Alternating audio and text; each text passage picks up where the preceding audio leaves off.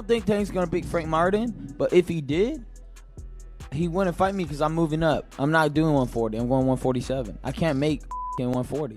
Ryan Garcia has just issued a brutal warning to Gervonta Davis while demanding a rematch. However, renowned boxer Shawn Porter is buzzing with excitement at the prospect of a rematch between Garcia and Devin Haney, envisioning a scenario where Haney could seize redemption in their second encounter. He said, "Devin has a humongous opportunity to beat Ryan in the rematch." Moreover, Porter suggests it's wise for Devin to unwind with a vacation and disregard any negative chatter on social platforms. He said, "Do everything you can do to get away from this. Decompress. However, it's time to get ready for some payback after it." Porter told Devin, "When you're ready, come back to me and we'll talk about it. And we're scheduling you for a rematch with Ryan Garcia at whatever weight you want that rematch at whatever date you want that date to be." Porter possesses invaluable insights on how Haney can secure victory. His advice? Haney must shift his focus from offense to defense, adjusting his speed to anticipate and neutralize countermoves effectively. Porter said, "He's hesitant because he knows that defense isn't there after the offense. So, I think that's something they'll work on in preparation for a rematch. That adjustment kinda is all he needs because he's got everything else." Certainly, the rematch between Garcia and Haney may not materialize immediately. Furthermore, enthusiasts are eager to witness Garcia's rematch with Gervonta "Tank" Davis. But promoter Eddie Hearn is confident that Devin Haney remains open to the idea of a rematch against Garcia, even if it means stepping into the ring at a heavier weight class. I think you always look back on things they could have and couldn't have done.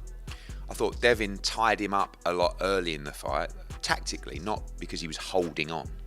And then all of a sudden, Ryan Garcia held a huge amount, like 4, 5, 6, those kind of rounds where he seemed to be kind of taking a breather.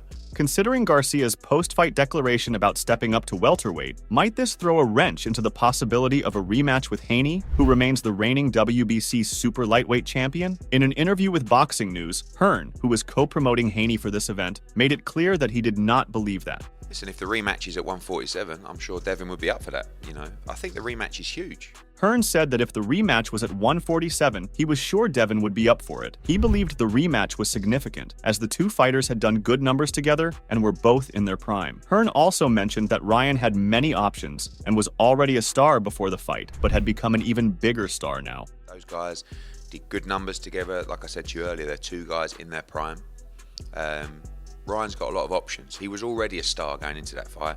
He's an even bigger star now. His behaviour, his profile, the intrigue, I think, is a good word as well. If Devin Haney decides to fight before the year is out, trainer Robert Garcia believes he should take a simple tune-up bout. Robert is also convinced that Haney stands a real chance of besting Ryan in a rematch, but timing is key. He advises waiting until next summer before stepping back into the ring. With a solid game plan and top-notch sparring partners, he believes Haney can truly prepare for victory. He said, "If he takes a tune-up fight before the end of the year, he can get away with it. But a big solid fight or a rematch, he shouldn't." Ryan sent Haney to the canvas 6 times during their bout, yet the referee acknowledged only 3 knockdowns. The fight reached a critical juncture in the 7th round, with Haney in dire straits, prompting speculation that the referee might have considered halting the contest. The World Boxing Council must grant Haney approval to sidestep his overdue mandatory bout with Sandor Martin, allowing him to engage in a tune-up fight as he is slated to be next in line. But Robert said, "The rematch should happen in the summer of next year. If he fights before the end of the year, it should be an easy fight. It's still a very competitive, close fight. It won't be an easy fight for Ryan either. Haney's dwindling ability to withstand punches could be in dire straits following his recent bout with Ryan. His resistance had been faltering since his clash with Jorge Linares back in 2021, and the aftermath of this latest fight might have exacerbated the situation." According to Robert, "I think Devin can win a rematch, but it'll be a smart fight, a good training camp, good sparring, and come up with a good game plan.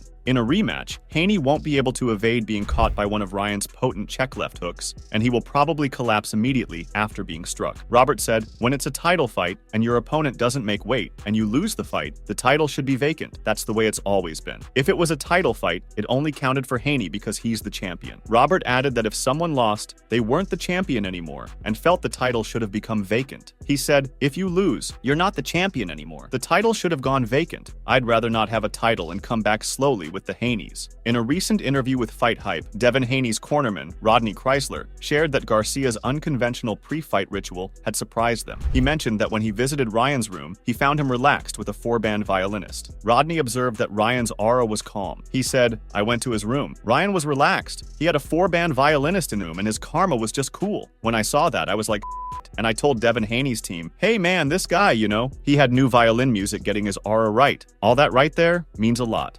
Rodney added that many fighters often seek to get hyped up with rap groups and similar methods. However, he observed that Ryan's approach was different. He mentioned that Ryan continued to listen to the violinists and had his zen right leading up to the fight. Rodney added, a lot of fighters, they want to get hyped, this rap group, this and that, but I'm watching the top thing, what Ryan was doing. Rodney felt that this was a significant issue, but by the time they realized it, they had already signed and had to go through with it. He added, and then when he won, he was listening to the violinists. He was listening to the, he had his zen right going into this fight. It was a big problem, but it was too late. We signed on the dotted line, so we had to go through it. Ryan Garcia sent shockwaves through the boxing realm on April 20th, clinching victory over the once unbeaten Devin Haney through a majority decision. Garcia declared after the victory that he would be making a permanent move up to the welterweight class at a news conference.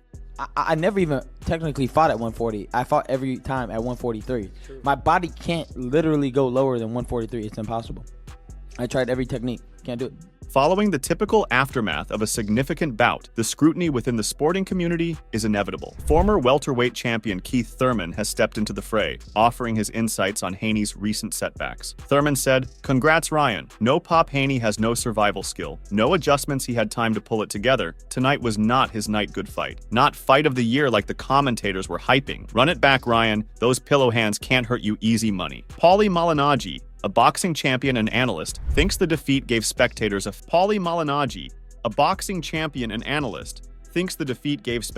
fair assessment of Haney's abilities. I think this exposed it. No ability to adjust whatsoever. Haney's resolve was tested in the 7th round when Garcia's formidable power sent him to the canvas, prompting a shift to survival mode. Garcia's dominance persisted, landing knockdowns in both the 10th and 11th rounds. Malignaggi, taken aback by Haney's inability to adjust to Garcia's strategy since he had anticipated Garcia to have the upper hand. He said, "I saw some people that were giving Ryan a chance, but I really couldn't take it seriously based on not just his antics, but his inability to have shown me different dimensions in the past." Malignaggi commented that he wasn't convinced Ryan showed different dimensions in the fight. He added, "I really am not so sure Ryan showed those different dimensions in this fight. It more so was exposing Devin Haney than it was Ryan Garcia showing anything else." Garcia still was mainly a left hook guy. His left hook has always been dangerous, and we've always known that. Moreover, Malignaggi questioned whether Garcia used creative setups that affected Haney differently than previous opponents. He observed that Garcia fought in bursts, alternating between high-intensity and quieter moments. According to him, the pivotal moments in the fight were significant and eventually allowed Garcia to take control. He added, "He fought the fight in spots. He fought the fight where he was either going 100 miles an hour or he was fighting really, really quietly, and the big spots were huge spots and eventually took over the fight."